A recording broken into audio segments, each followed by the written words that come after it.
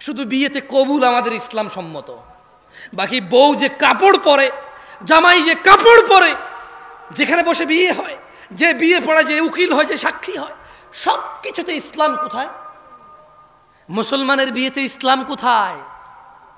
মুসলমানের বিয়েতে ইসলাম কোথায়? আমরা যদি ইসলাম জানি তাহলে বিয়েতে ইসলাম কোথায় বলতে পারেন? কোনটা কোনটা ইসলামিক, কোনটা কোনটা বিয়েতে ইসলামিক আমাদের? আজকে এখানে আপনার উপস্থিতিতে আপনি নিজে কয়টা ইসলাম আছে আপনার মাঝে, আমার মাঝে? কয়টা আছে? এই আয়োজক ছেলে আমাকে ফোন করেছে, বলো যে ভাই আপনি আসতে হবে, আপনার নামই করছে। আমি বলছি আমি ওয়াজ নেওয়ার সময় বলছি আমি পারলে আর নাহলে আসবো না, ফোন রাখো, তোমার থেকে কি আমি ওয়াজ নিয়েছি নাকি? আমার নম্রতা কোথায় ছিল ওর সাথে?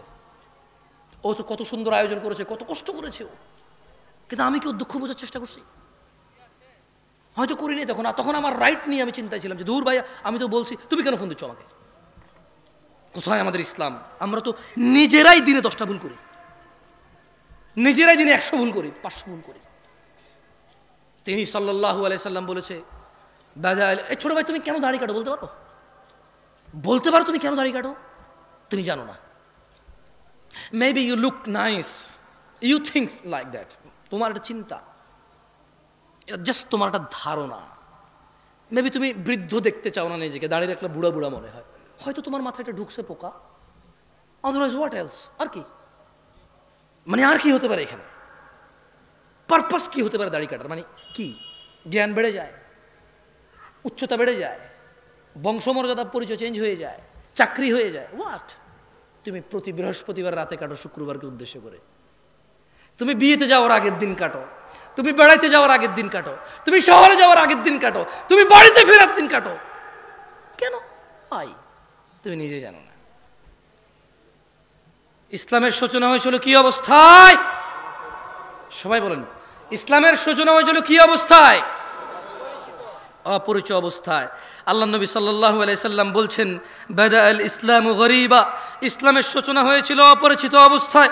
ওয়া সায়াউদু কামা বাদা গরীবা, অচিরেই, নিকটে, শীঘ্রই এটা আবার আগের মতো অপরিচিত হয়ে যাবে। খুব শীঘ্রই ইসলামটা ঠিক আগের মতো অপরিচিত হয়ে যাবে। আজকে মুসলমানের বিয়েতে ইসলামই খুঁজে পাওয়া যায় না, আজকে মুসলমানের পড়ালেখার বিদ্যালয়ে ইসলাম খুঁজে পাওয়া যায় না, আজকে মুসলমানের ঘরে বাবা মা আর ছেলে মেয়ের ভিতরে ইসলাম খুঁজে পাওয়া যায় না, আজকে হুজুরদের ভিতরে ইসলাম খুঁজে পাওয়া যায় না।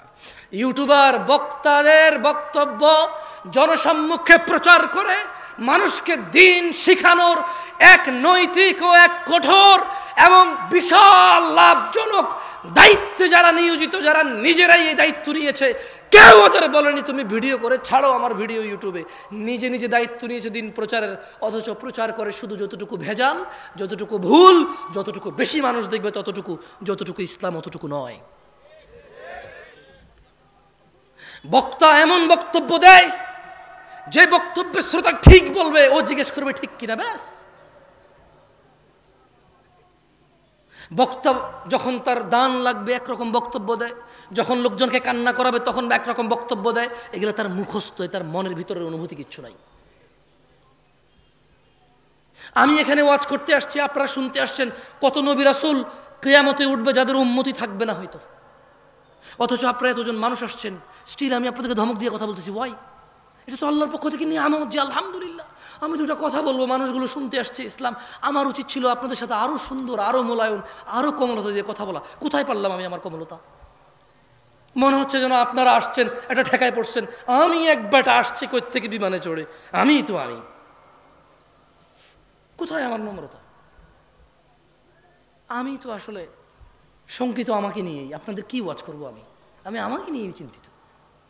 আল্লাহ তাআলা আমাকে ক্ষমা করুক, আপনারা আমাকে মাফ করে দিন যদি ধমক দিই আমি আপনাদের। আমি হয়তো কথা বলার ফ্লো, আমার হয়তো স্বভাবগত জাত একটু চঞ্চল আমি ভাই, বুঝছেন, হাত পা নড়ে চড়ে, মাথা মুথা গরম হয়ে যায় যখন উল্টাপাল্টা কিছু, মানে বাস্তবতার হাদিস একরকম, কোরআন একরকম, একটু গরম হয়ে যায়।